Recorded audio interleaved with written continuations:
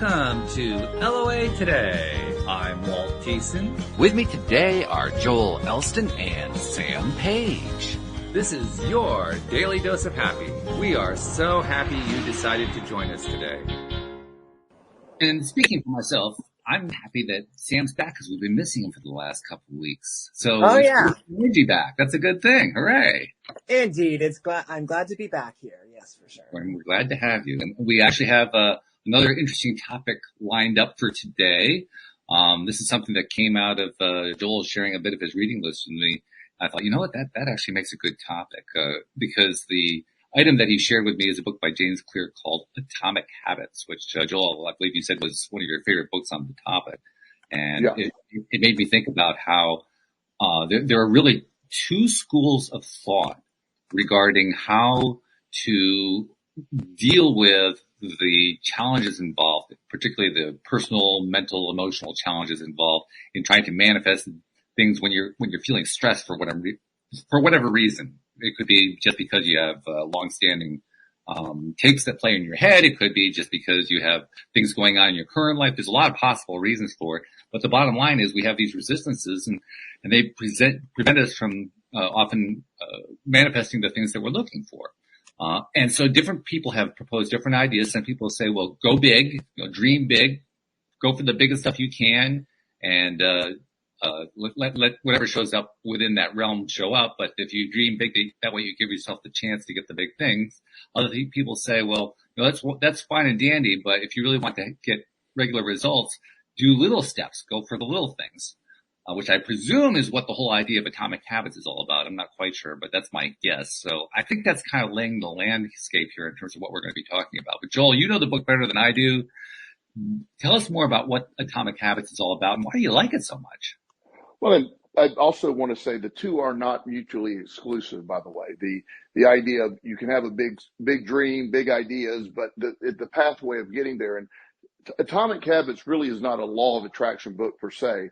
I'm the one that sort of introduced that concept for my clients. It's a good way to bring things about. Atomic Habits are about making incremental changes. The idea that if you improve 1% every day, you're going to improve 365% or 1% a week, 50%. And that's a really good method to get people to that next step. I almost equate it to Abraham Hicks's emotional guidance scale. When you're here, you just, you go from depression to anger. Everybody, well, why would you want to do that? Well, it's a little better, but we want to keep going, but it's a little better. And the idea of walking small, getting small goals. A lot of the people I'm working with have really experienced a lot of failure, a lot of incomplete. They haven't been able to really get things going.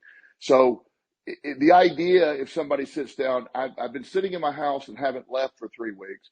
And, my goal is to have $1 million. That sounds wonderful, but they don't believe that that's going to happen. They just, deep down that's why so many people swing big. I'm a big picture guy. As you know, I just let it flow.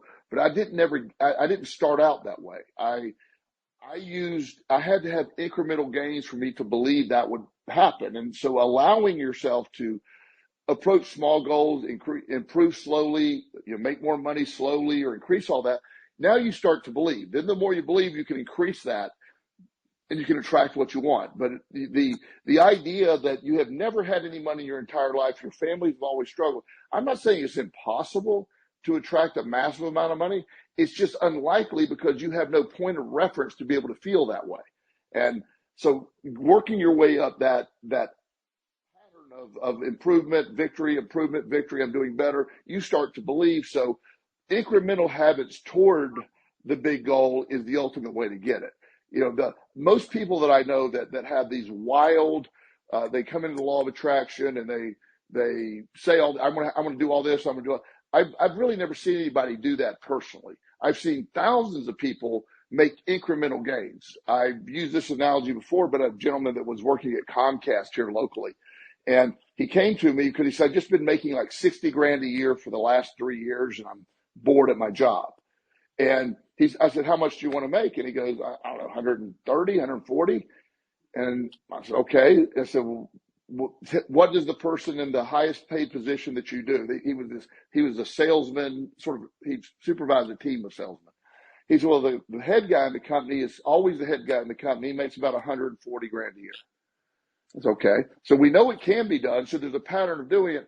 I said, but I don't see you going from 60 to 140 because you don't believe you can. But if we added 2 or 3 appointments a week, you could maybe bump it up from, the average of what you would make, making 60 to maybe make it 70. It will add this. He did exactly that. We set a goal to make 70 that year. He was on pace to make 70 within a few weeks. We then moved it up to 80. He was on a pace a few weeks to do that. And actually, by the end of the year, he did make that 130. But he did it. He had to do it incrementally for him to accept the concept. And so that's why I like little habits, little victories. Sometimes the people that have been stuck in their home, haven't left, and they're hoarders, and they have all the stuff they have to do. I don't start by cleaning the whole house. I literally take a piece of rope off one area, and I said, let's clean this area. And Right. once that area is clean, then I move the rope, and now all of a sudden you get the whole house clean, but you have to do it incrementally.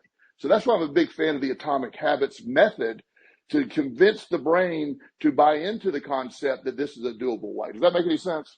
It does make sense. It makes a lot of sense. It makes sense to Sam too, I can tell, because his head always starts bobbing up and down whenever he starts reacting well to something. It was just all over the place, bobbing up and down. So, Yeah, for me, a lot of it, go ahead.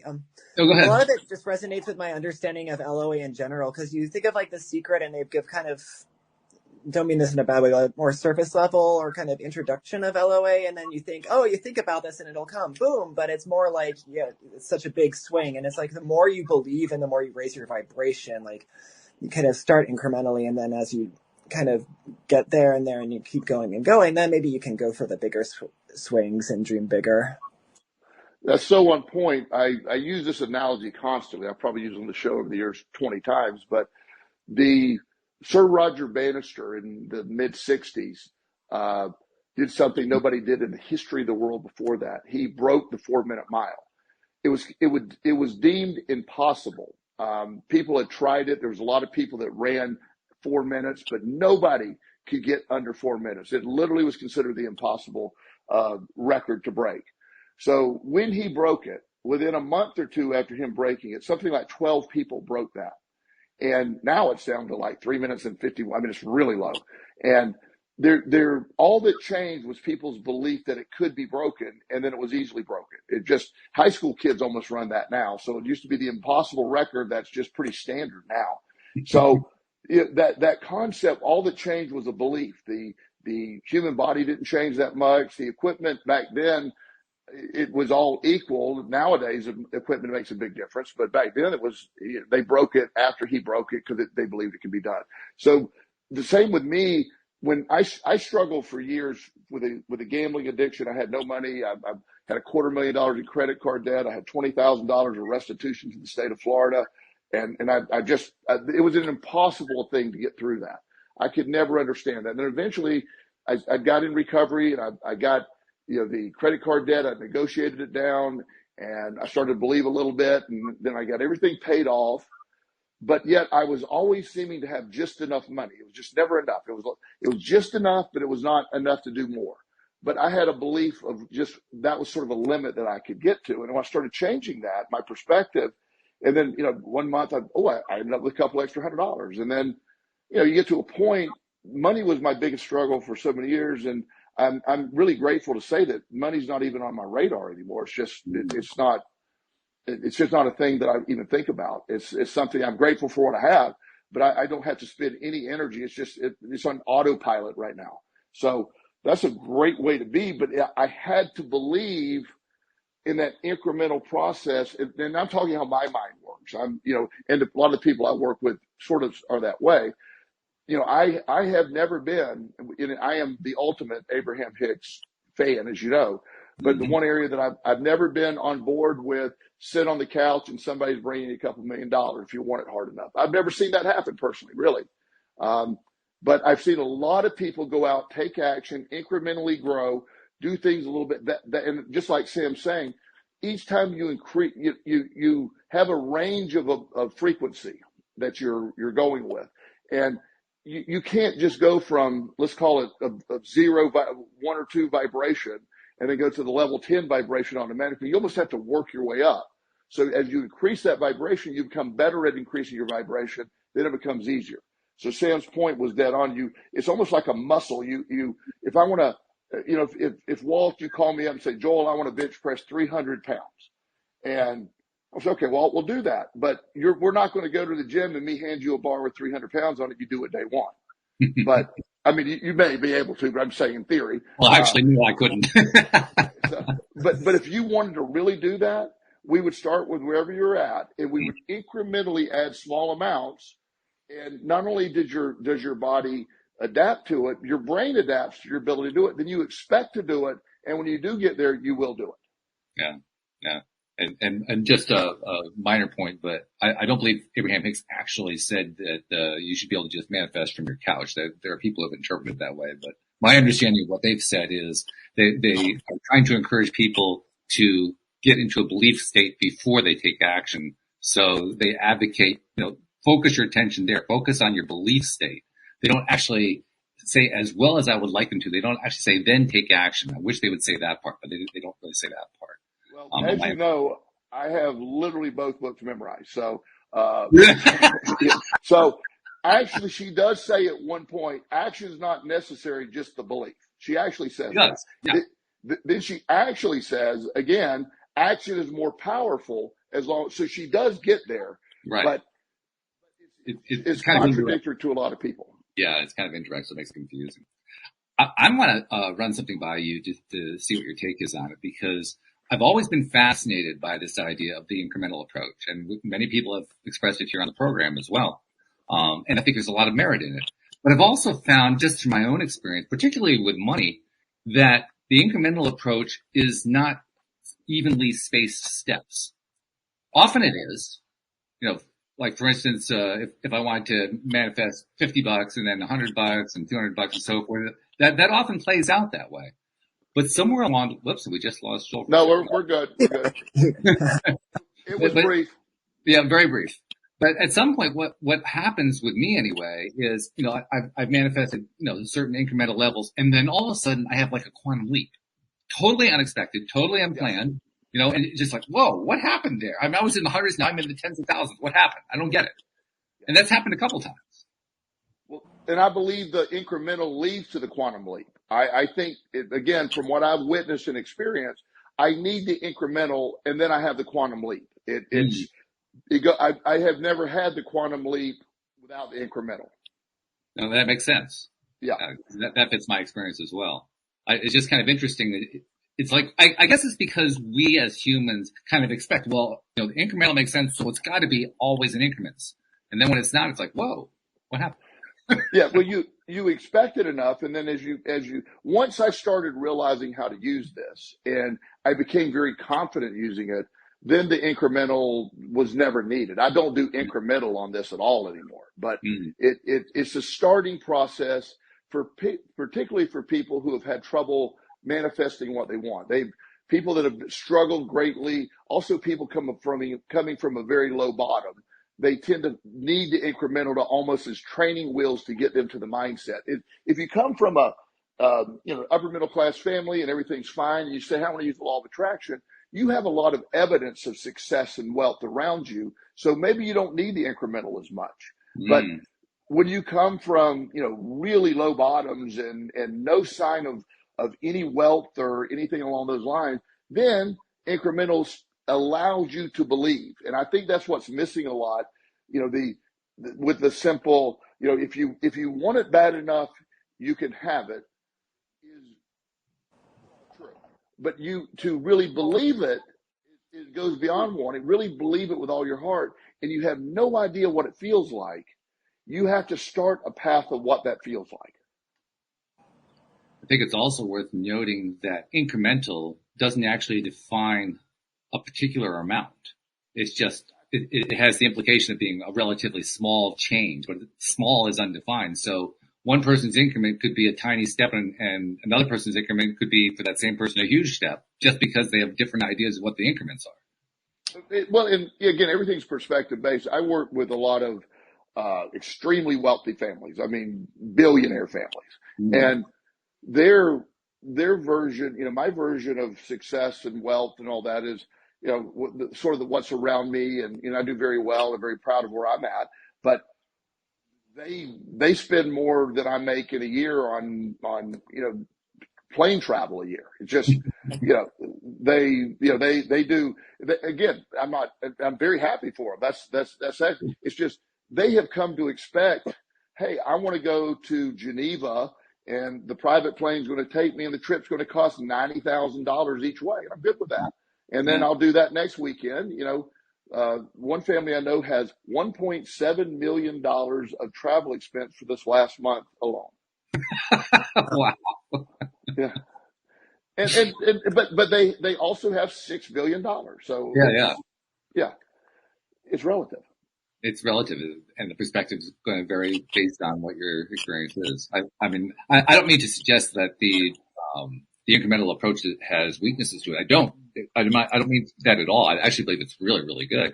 I just was expressing the opinion that it was just amazing that you can have these unexpected things happen. And I underline the word unexpected because the leaps that I've had anyway, I'm not sure about you, but the leaps I had have happened when I least expected them, when they weren't even on the radar.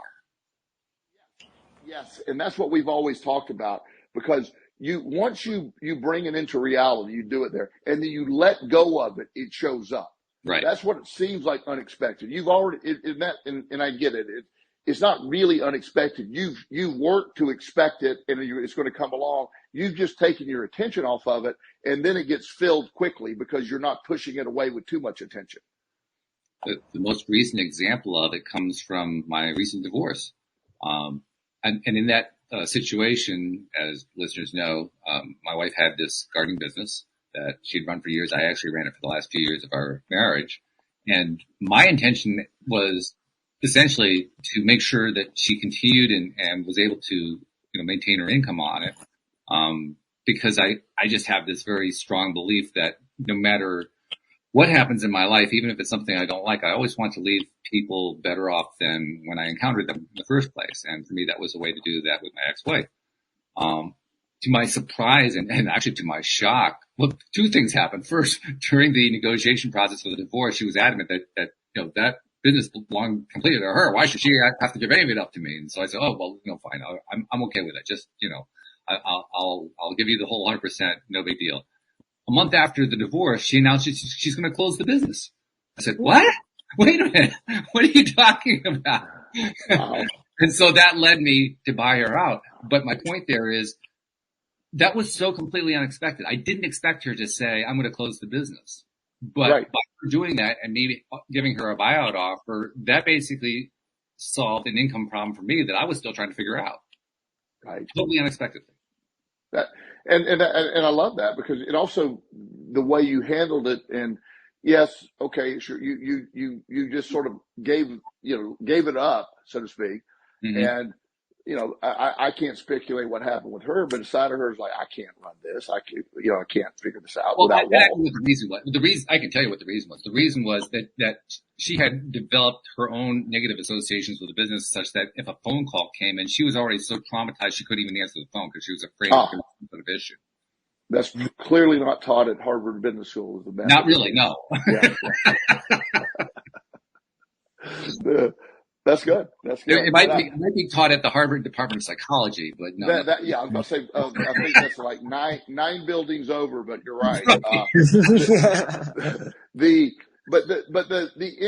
With Atomic Habits, and I by no means, just like you're saying, I'm not trying to squash the idea of think gigantically either. Think big, go big. It's just there when you do it with. What gets lost, and Sam made a really good point. The secret is a very remedial introduction thing to the law of attraction. It's great for that, but it's so simplified that a lot of people get frustrated with it because it doesn't get into of how to do it really. So if you be positive, be thankful, and you want it, and it's going to just show up. It disappoints a lot of people because there's a more complex method of doing that. It does mean that, but there's more to it.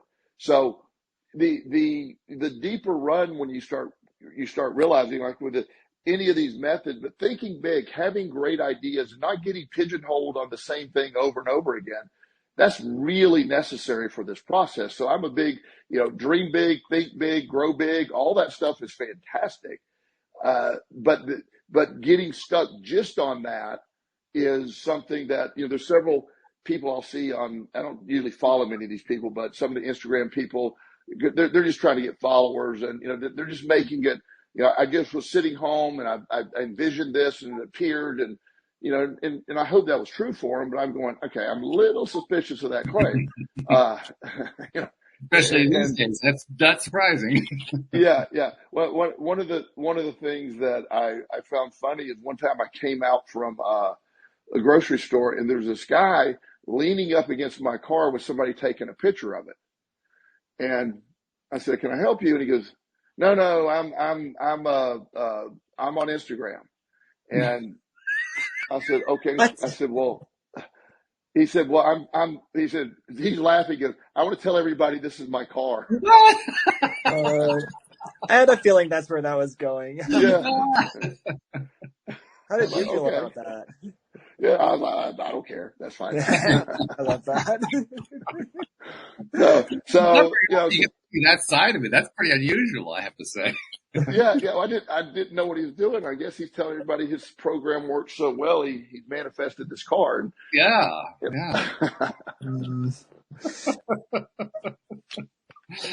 Oh, that's funny. Something else I was thinking about for a moment. I'm trying to recall it, but it's kind of like a tangent to what we were talking about here. And it does have to do with belief system. Oh, I know what it was. It has to do with how to a technique that people suggest for helping yourself get past resistance points and blocks and so forth while you're working other methods to do that. Which sounds kind of strange, but what it all adds up to is this. They suggest when you're doing your methods, whatever they might be, in order to help yourself get past resistance points, always add in the words "or better." So in other words, you're trying to attract $1 million, $1 million or better. You're trying to attract a better job than what I have, or even better than what I can imagine. Always one step beyond that. I'm Sure. kind of curious. I'm just curious what your take is on that. My take of it is it's I see nothing wrong with it. I think it's it's positive. It's you're not limiting yourself to any one thing. Mike Dooley does a really good. I'm a big fan of Mike Dooley. I know you are too, Walt. He makes a point like you can't attract everything you want, because like he gives the example, if you want to. You see, you're a kid, you see somebody else's bike, and you go, I want to attract that. I want that bike. Well, that bike belongs to somebody else, so you can't have that bike. You could manifest a bike like it, Sure. but you're not going to get that bike. And a lot of people get stuck on the concept of specific things, or like I want to attract a specific person, or I want to. You don't give the law of attraction enough of a window to fulfill, or you miss the thing you're actually attracting. So when you add that caveat of or better or more, you tend to. I think more than anything else, I don't know if it helps manifest anymore, but I think it maybe helps you see it more, because a lot of times people do manifest stuff and they don't see it because they're stuck on what it looked like. Mm-hmm. Like there's a guy that I was working with. He really wanted to get on with this IT company, and he had all the credentials, and he just was very frustrated that he couldn't every time, and they wouldn't hire him after 2 or 3 rounds. But along the way, he was offered 3 other jobs from IT companies that he just kept. Well, he was just stuck on that company. Well, wow. One of the companies was a company that was really growing. I forget the name of it. And he ended up taking that job. They ended up buying the original company he wanted to get on. He almost missed that. That would have to sit with me for a second before I finally grasped what you were saying. Yeah. So for him to, he was just stuck on company A. And I'm like, look, you have 3 interviews for these other companies, but I want to work for company A. I said, so they're clearly not going to hire you. So let's look at the best offer over here. So he went to company B, that started just growing outrageously. 6 months later, company B buys company A, and he's technically working for the company. He did manifest it, but not the way he saw what happened. That's the key phrase right there. Not the way he saw it. That's what happens more often than not. Stuff manifests not the way we expected, not the way we're hoping, not the way we're planning. And it really it lays our plans to shame. It really does. Well, and that is the key, because you're stuck, and that's what I have to deal with. What is the concept you're trying? The idea that I want to, I don't want to be lonely. I want to attract a partner, and keeping that open to the idea of what's going to fulfill that versus a very. Yep, we got another free control. Hopefully his phone will reset in just a moment. Hopefully, yes. Hopefully, yes. Well, it has every time. I mean, it's not like we've lost twice. Oh, here you go. There we go. Last week it did not happen at all, by the way. This week is twice. So okay. So, but I forget what was that. But this concept of having to have it a certain way, you missed the point. And the idea that you could, if you want a house on the beach, in a specific beach of it, but you're just stuck on this one house, and it just can't sell. You can't get it. You can't buy it. The person's not selling it. But yet there's 5 other houses down the road that are right there. We tend to overlook what the law of attraction brings us a lot of times. So getting stuck on one outcome is really difficult. So one of the things I talk about is, what is the essence of what you're attracting? What is the essence of what you're looking for? Not the specifics, because the law of attraction is going to bring something, because there's a lot of factors at play. There's a house on Anna Maria that it sits right by the bench. It's this little yellow house, and this guy that owns it has owned it for 20 years, and he has zero intention of selling. I mean, trust me, he zero intention. And because every year I went to him, I told him about my bench and the story, and I said, at any time, if you ever get an offer, give me the opportunity to match the offer, whatever it is. And he said, I will. And so I don't know if I'll ever get that house or not. But no matter how much I want that house, it's not for sale. The guy doesn't care how much money it's going to get. He loves that house. So until it's for sale, I can't have it. Maybe one day I get it. But right now, I have a house on the island. I just don't have that house on the island. Yeah. You mentioned the movie The Secret, and there's actually a scene in that movie that I don't think the producers intentionally sent this message, but it comes through anyway. Because it's the story of a man who's talking about how he showed his young son vision boards and how vision boards work.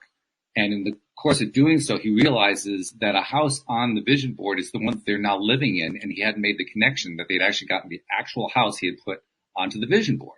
Wow. And he's blown away by that. Like he says, now I finally understand how the law of attraction works. But it's very easy to imagine how somebody watching that could say to themselves, oh, well then what the law of attraction can do is give me the exact house that I'm looking for. Which is, I'm pretty sure that's not what they were trying to imply at all. They were just trying to give you this really cool story. Yeah. Take away from people. Yeah, sometimes it's exactly what you want, but sometimes it isn't.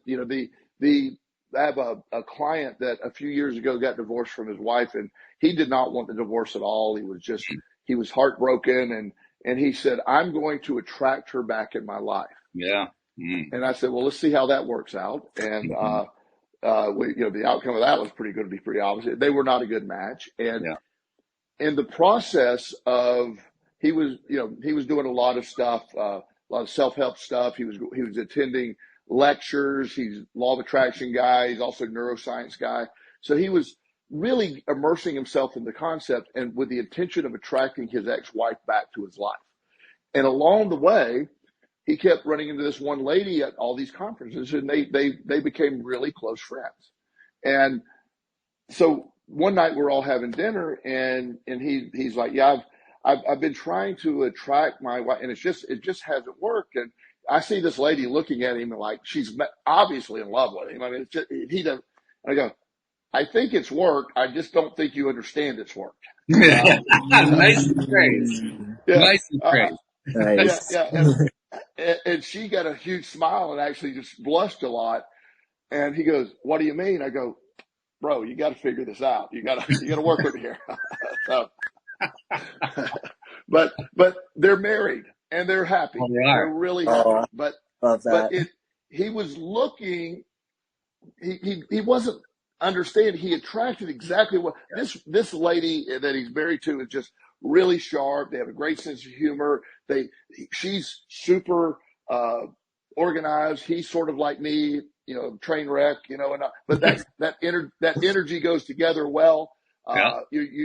I need organized because I'm like, woo, and he does too. So everything they have in their life is matching, and they just, it's just working out so well. But he did manifest the partner that he wanted. He thought it was her. He thought it was his ex-wife, but it wasn't. Yeah. It was an or better or more. Yeah, or better. Then that matches your or better. Right. So, Yeah. yeah. I'm also aware too that anybody who's ever, explored the social media groups, particularly the Facebook groups where there are lots of conversations about relationships, inevitably you go look at those messages, and within a day or two, you're going to see a message from somebody saying they want to manifest an ex back. Usually it's a young woman wanting to manifest a young boyfriend back. And they're always, here are the people suggesting how to do it, and other people saying, no, don't bother. It's a bad idea. And then they're getting kicked out of the group for being negative. And it's the same thing, the same routine that plays out over and over and over again. But there are also a number of cases where they succeed. They actually get the ex back. And then there's a post that follows up that says, wow, that was a mistake. I mean, I can't tell you how many times I've seen that one too. I can't say I've seen one that said, I got the ex back and it worked out. There probably is one out there. I just haven't seen it yet. But I find it fascinating that we have so many of these examples. And I think it's kind of a way of describing how, yeah, we do kind of have this tendency to want something back because we've idealized it. We figured, that was the best it could ever be. And if I could just have it again, it would be great. And I get the impression that people who succeed in manifesting it, when they succeed, what they're really doing is they're giving themselves an education. They're giving themselves the information that they didn't have before, which tells them, I probably didn't really set myself up well with that. I probably set myself up to fail in a sense. And that I've never seen the ex coming back and great. I've never seen that. I've seen, like you said, it comes back and then like, okay, wow, what are we thinking? And because you get right back to where it is. But right. you a lot of times especially when you break up with somebody or intimate relationship ends, we tend to, use a euphoric recall on the good things, and we forget the bad things. We get where it wasn't matching. Right. And then if you do get back together, there's another honeymoon period, and then it's a really quick, like, okay, wow, here we are again. And so that's something that's really important to realize is we will attract, and it isn't impossible to get them back, but regardless, the idea is the essence of what we're trying to attract back is a relationship. My dating pool is a real weird dating pool for me right now. I have a lot of 25-year-old pregnant women or with kids that want me to be sugar daddy, or I have a lot of 70-year-old women that are like, hey, come on over here. I have a really extreme dating, like it's like, well, I keep running into that, and I have a very close person that I'm in a relationship with, so it's not I'm not looking, but my point is, along the way, you always think you want something, like, right. I explained to this one young lady one time, she was really nice, Jim, and she was trying to, you could help me out, and I got my son. I think, basically just saying, you could be my sugar daddy in a roundabout way. Right. I said that would be such an imbalance in a relationship. Don't lower your standards to just give up just because somebody could financially take care of you. I gave her a nice lesson about, and she started crying. She goes, but I'm so scared for my future. And I said, I understand that, but finding some dude who's, my age, old enough to be your dad, maybe your grandfather, I think, but no, it's dad. And yeah, I mean, that's not going to help you. That's not going to help you in the long run. You're going to, but she was really sweet, but I sort of felt sorry for her because she was operating out of fear insecurity. She was operating out of fear and security. She did not really understand what she was trying to attract. There's security, and there's also a companionship that she was willing to give up the companionship part. So taking this back to the original topic, atomic habits, incremental change and so forth, how do we apply that with relationships? Is incrementalism actually an appropriate method to use when trying to find a primary relationship? I'm sure I could come up with a way of doing that. It's sort of a, to me, if you know what you're looking for, you incrementally look for it. A lot of people, one of my clients is he's desperate for a relationship. So every woman he meets, he's magically in love with her, and she's a soulmate. It's like every time. And they have this very torrid, hot love affair in the beginning, and then within 3 weeks they break up. Right. So the idea, and then he's devastated for a month or two, and he really believes he's going to find that person that he immediately connects with, and she's going to solve all of his abandonment issues in this one time. And there's zero way to do that. So what we're working on, I'm sort of using the incremental thing. I said, why don't you meet and have a plan of slowly building. The fast burn has not worked for you. Do a slow burn, build a connection, know everything about her, let her know everything about you. Really go slow and see if you can't develop that, incrementally approach the relationship. Don't get physically intimate, the first night, just slow this process down and see if we can't get to a place where because what he's been feeling is lust, mistaking it for love, and then being disappointed and abandoned again. Why don't you develop a love, and then there's a shot. So we're working on that. So you can do that when you're out meeting and going out and trying to find people, going slow in the process and learn about them. What do they really like? And that's something that's an incremental approach. That makes very sense. incremental. Yeah, and I love the example because I think it illustrates perfectly how to use the whole incremental ideal in a relationship building or a relationship acquiring situation. Yes. Yeah. Yes. How about with health? Can you create an incremental approach on a health situation? Absolutely.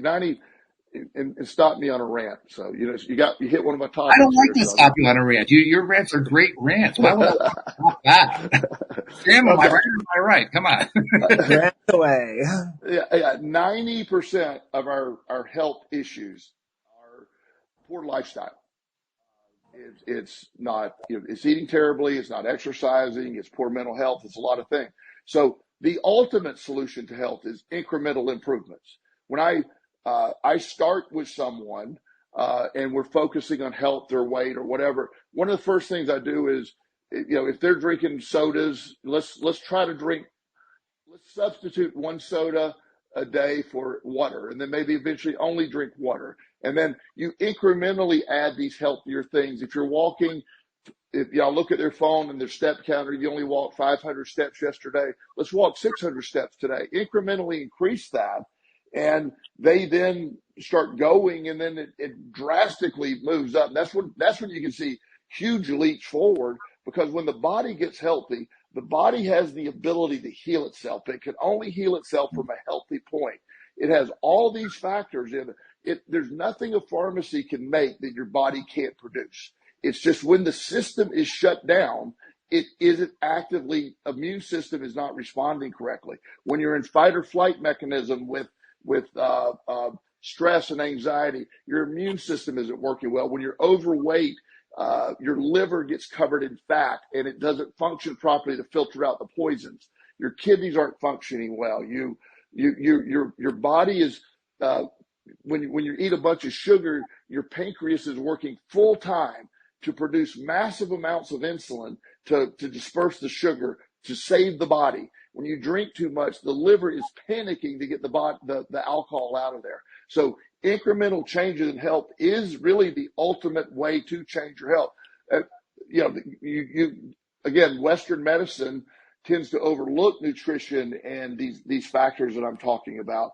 But it is in Eastern medicine. That's the point: reducing stress, increasing movement, eating healthy, and it doesn't have to. You don't have to eat tofu and kale, but which literally would kill me probably. But but I eat lean meat. I eat caught salmon. I eat grass-fed lean meat. I eat organic chicken. I eat eggs, a lot of eggs. That's very healthy eating. I eat stuff that is literally, if my theory is if the earth provided us, then we're going to eat it. It's here. We're going to eat it. It's intended to. But I try not to eat. I'm not super obsessive, but processed foods kill us. So incremental changes they lead to drastic improvements in health. I've seen people lose 300 pounds incrementally. I've seen just amazing health improvements. And this is one that, I'll give a disclaimer. This is my opinion. So Walt doesn't get sued or anything, but this is. Do we have to put out the medical disclaimer at this point? I mean, is that something we often have to do that? So I'm asking. That's all. Please state that. I mean, this is Joel's opinion. What I've observed. This is not medical. You please consult your doctor. Seriously. But type 2 diabetes is a lifestyle problem, not a real condition. You develop type 2 diabetes by having a poor lifestyle habit. That's what I've observed. It's reversible, it's fixable, and it requires a lifestyle change. Again, that is what I've seen in my practice. That is what I've worked with, but that is not a medical opinion. That was something you need to talk to your doctor about, and never quit taking medication, by the way. And by the way, also the medical community is not there yet, but they are leaning toward the idea of adding a third classification in the diabetes realm. Yes. And they're tying it into, I believe, to Alzheimer's, and they're sugar. Yes, there is some wild research taking place right now. Probably not as exciting to everyone as it is to me, but the Alzheimer's research, type 3 is what they're looking at. Gut health and Alzheimer's, there's a connection. They are developing a protein that has great promise by increasing it's sort of a probiotic that will potentially prevent, hopefully, certainly help Alzheimer's at some point. Yeah. Boy, wouldn't that be exciting to have that shift in a major event? Yeah. Yeah. I just got that information today. That was timely. Wow. Okay. That's as timely as it's going to get. Very cool. Yes. Let's carry on the incremental theme a little bit further too. Let's carry it into the realm of self-help, self-development. I mean, we've been talking about it in specific areas. We've been touching on the ones that are the most common ones. People are usually interested in money or in relationships or health, careers. Those are the broad categories. But for someone who just wants to get better at manifesting stuff in general, incrementalism works in a general way too. It doesn't have to be tied into a particular thing, does it? I think it applies equally the same way. Again, going back to what Sam said so astutely, was the increasing your vibration incrementally is the best way to do it. And the whole concept of manifesting anything is your frequency, what you're wanting, how you're tuned into that. So incrementally increasing that, it applies across the board. I can't think of a scenario where it wouldn't be helpful. Yeah, so I mean, I like to be a contrarian, so I can't think of anything that I can argue with myself about here. So, boy, we've stumped Joel. That's pretty good. I tell you. Yeah, I actually just stumped myself with that conversation. That's really good. So that's good. I suppose these things happen. They do. But yeah, for me, one thing when you're talking about relationships, kind of where I'm at right now, it's just improving the relationship with myself and loving myself more. And that's, I think, definitely an incremental thing. And it goes along with raising your vibration incrementally. Wow. Thank you. Thank you. That is a great point. There's a whole science of, back to the relationship thing, loving yourself. You're not lovable until you can love yourself. Until you're loving yourself, you're not going to attract somebody. You might find a narcissist or something. You might find somebody who's not healthy, who will be attracted to your unhealthiness. By loving yourself, doing your self-help. Yes. So it applies to that angle really well. I mean, more than anything, more the self-help, anything that requires change. And I was hoping to go an entire show without using the term neuroplasticity, but I'm going to slow down there. So, No, Hey, that's we made it 45 far too much. minutes. yeah. I mean, last week I think we used that word 87 times. So, Yeah, Joel yeah, was counting. yeah. So this week I was hoping not to, but again, the neuroplastic brain incrementally improves. So even within perspective change or being able to accept something, I will process myself by changing my perspective incrementally. Like, it could be something that sometimes I'll have an emotion that I don't quite understand, or why do I feel this way about it? And I can process that again. Well, I can do. Well, I'm feeling this way. Where does that come from? Oh, here's where that came from, and I can tie that. I don't know if that's making sense because I can't tell I wouldn't be able to share what I'm thinking about right now. But but Also not surprising. yeah. But this is that idea that incremental stuff in any area. I have classic superstar ADHD. I have like really good ADHD. I mean, the best ADHD of all time. So it is a zoo in my brain half the time. So the other day, here's an incremental thing that I know I needed to do. I had my shower head, one of those shower massage things that's in your shower. So my old one was leaking. So I ordered one off Amazon about a week ago. It got here, the next day. So it's set at the front door for a few days. Then it made it in the house. Then it made it upstairs. And I kept saying, and every day I'd get in there and I have to shut the shower because it was coming out. I'm like, okay, knowing this is at most a 6-minute job. Right. 6-minute job. I also have a handyman that if I can't get to it, I just call him and say, go do these things. But so just all that knowledge is there, right? So finally, I realized that I had like 6 things I needed to do. And I said, okay, what is the easiest? And so I started with, I had to pay some bills. So I just sat down and started paying some bills. One of them required me to write a check, need to put an envelope, stamp it. Now incrementally, I started adding the next stuff. And so me writing that check led me to the next step, Then I said, heck, I'm going to go get the shower done. Everything took place in less than 17 minutes. Mm-hmm. And it was done, but I had to start incrementally somewhere else. That happens a lot. Once I get flowing, I'm great, but I have to work my way up to that. Also, when I try to get anywhere from 10 to 15,000 steps a day on top of my workout. So that's a lot of steps. And so the way that I mentally handle it, by 10 a.m., I want to have 3,000 steps done. By noon, I want to have, 4,500 steps. So I have increments in my steps. So at the end of the day, I'm not having to go on like a 4-mile hike at 7:00 at night. I can get there and it's spread out over the day. I incrementally add that and it's a much more acceptable way. When I think I've shared this before on the show, the longest, time being relative and your perception of time being relative, holding a plank is the slowest passing of time in history. There's no slower time. Okay. So I believe that. Yeah. There is no slower time. So, 15 seconds on a plank is about 4 minutes in real time. So don't hold me to that math, but that is close. So I like to do planks. So, well, clearly I don't like to do planks, but I do planks. So I totally get it. I mean, I do the same thing. I feel the same way. So I'm with you. So when I'm doing a plank, I have the stopwatch on my phone and I do planks in my mind. I just got to get to that next 15-second mark.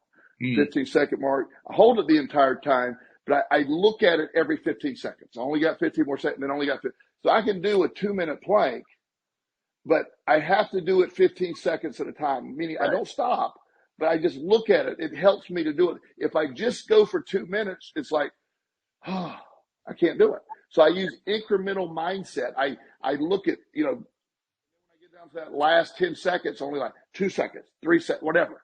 And it helps me somehow, it makes it more palatable. Personally, I take a lot of joy from that because I don't do the kind of workouts you do. I mean, you can work, you can lift 35,000 pounds. I mean, I'm exaggerating, but you can lift massive amounts of weight. And here you are having trouble with the plank that I have the same kind of trouble with. Like, oh, well, I guess I'm not doing so badly after all. Yeah, planks don't play. They are real. Planks are equal opportunity. They don't care. They don't care That's who right. you That's are. true. There's no way to fake a plank. You just do a plank. Yeah. And I do exactly the same things you do. I've got my timer on my phone going whenever I'm doing it. Yeah. It helps. But when my boys were younger, there's nothing more annoying than having kids in the back seat. How long are we going to be there? How long are we going to be there? How long are we going to be there? Oh, yeah. So what I would break the trip up and explain to them, and they had their tablets or whatever their things were. I'd say, okay, in 1 hour, we're going to, or 1.5 hours, however long it's going to be, we're going to stop here. And we're going to stop at this place. So you look at your clock and so you don't need to ask me. And then in 1 hour, we'd stop. And sometimes I would say 1 hour and 30 minutes, and then I stopped 5 minutes early. So they were always pleased with that. And they never ask how long it's going to take because I've always given the next segment of the trip how long it's going to take. Yeah. And they like that because they weren't, kids' brains are how long is it going to be? How long is it going to be? They don't operate time-wise the same we do. But when you show them and they can look, then they can be relaxed until it's time to get to the next checkpoint. Except when we do planks, then we have brains that work exactly. We actually, I have a theory that I've actually thought about. So my son Justin, or even the neighbor kid, they can sit on the plank for 5 minutes and not move. Yeah. So kids, it's reversed for kids because they can do planks forever. They don't care. Right. They'll just, I don't know the physics behind that, but they'll just plank forever. It's like, okay, you weigh 30 pounds or something. No wonder it doesn't hurt. It's just, my right thigh weighs that much.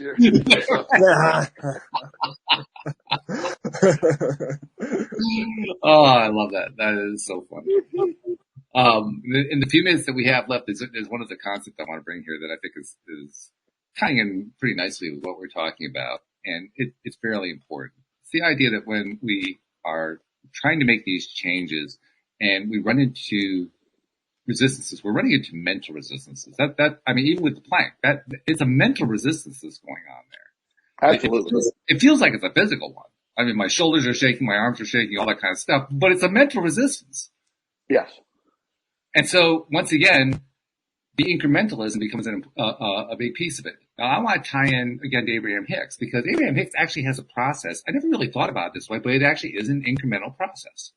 They originally called it segment intending. Now they call it pre-paving, but it's basically a method for, kind of mapping out the way you want the next 15 minutes to go, or 20 or 2 hours or 5 hours of the day, or just mapping out how you want it to go. Well, that's incrementalism. That's an incremental approach. Yeah. A lot of this stuff is almost a lot of their techniques are all some form of incrementalism. There's the emotional guidance scale is the next emotion up. The segment intending, I still call it segment intending, is that's the next whatever period of time, whatever you're applying, it is trying to keep it focused on the now and then the next step. It's because the power of now. The whole concept is incrementally get right now at this moment, no matter how bad your life is, but at this moment, things are okay right now. And if we can stay in this increment of time until the next increment of time, we're fine. And that next increment of time, you'll be the same thing. So it's breaking it down is all across the board. One of the things I really like about how the military trains people is the military trains people the same way with the same instruction manual. It's hands-on. It is a process. There's faster ways to do it, but they insist on this exact process, and it's a very effective way of training. And everything is broken down into incremental steps. Everything, and they're very good at training. So no matter where these people go all over the world, let's say you had your basic training at Fort Sill, Oklahoma, and you end up in a war in the Middle East, and you're among people from other, training places, and every procedure is exactly the same. You use the same verbiage.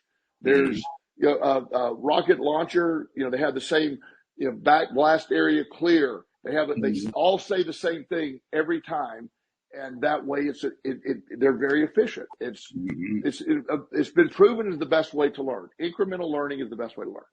Yeah.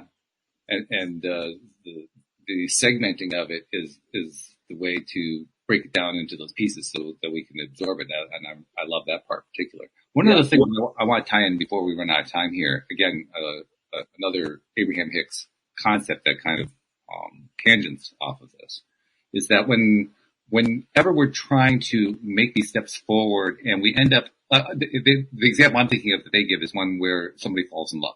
They make the point that when you're in love, when you've gotten into that love state, even if you're not going to stay there real long, you're in a real high energy state. And it's a great time to do intending. It's a great time to kind of leverage that energy and put it to work, because if you want to kind of like increase the increments that, how far you can go, that's the time to do it when you're high vibrational. Absolutely. And that's it's sort of circling back to where when you incrementally are changing and your vibration is higher, for being in love or making whatever the catalyst is, the ability to increase the increments or the quantum leap we mentioned earlier is much more likely to happen. Right. You are in it's funny because several years ago, as things were getting better, as I'd started my, back when I went into private practice, and, the money was coming in nicely and rolling in. But, in the beginning, the cash flow is sort of a thing then.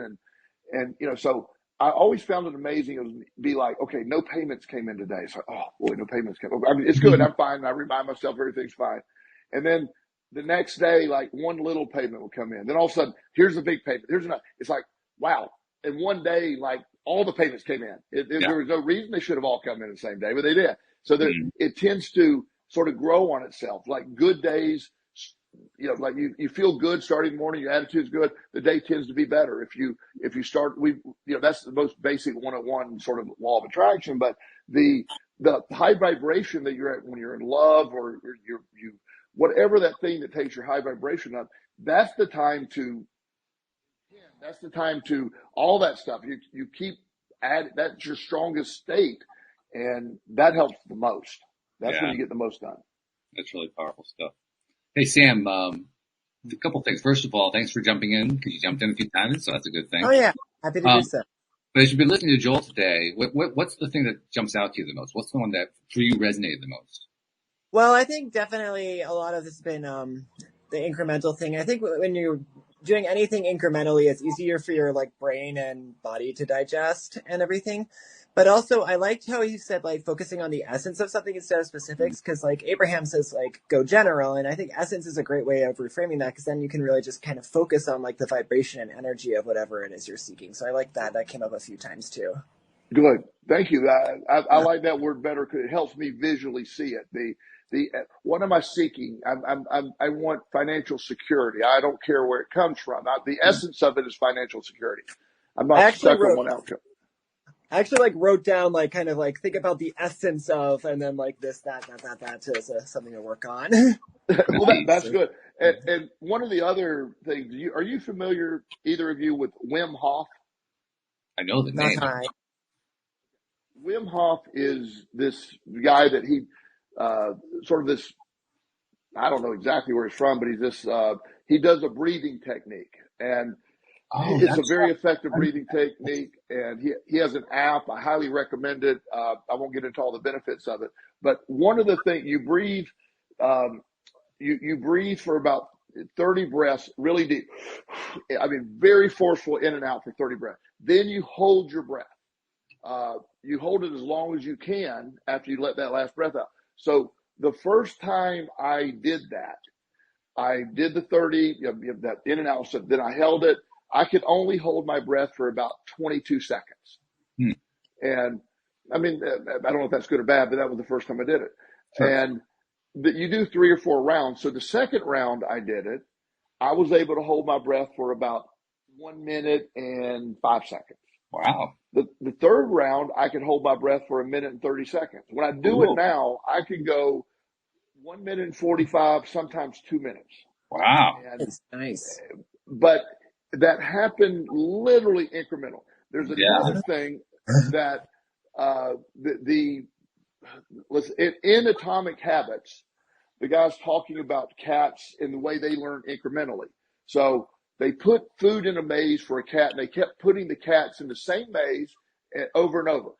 The first time the cat ran the maze and found the food, it took 30-something seconds. Second time, it took 24 seconds. And then he names the increments, and it keeps going down until the cat is consistently doing it in 5 seconds. Yeah. It's just, but it's an incremental change that got there. There's probably 20 times or 30 times before he gets down to the 5-second run, and then it's there. So he incrementally improved his time each time, and that's sort of that was what I was. I use that a lot trying to do it. That's why I like Atomic Habits is not a law of attraction book, as I told you before, but you can use those methods to take advantage and use the law of attraction on your behalf. That's the tie-in that I do. I don't know if James Clear would approve of our use of that book. I'm sure he's very happy that we're talking about it, but it's a great book standalone. Yeah. But it's a really good book as a tool that I use to help people learn the law of attraction and how to use it to your advantage.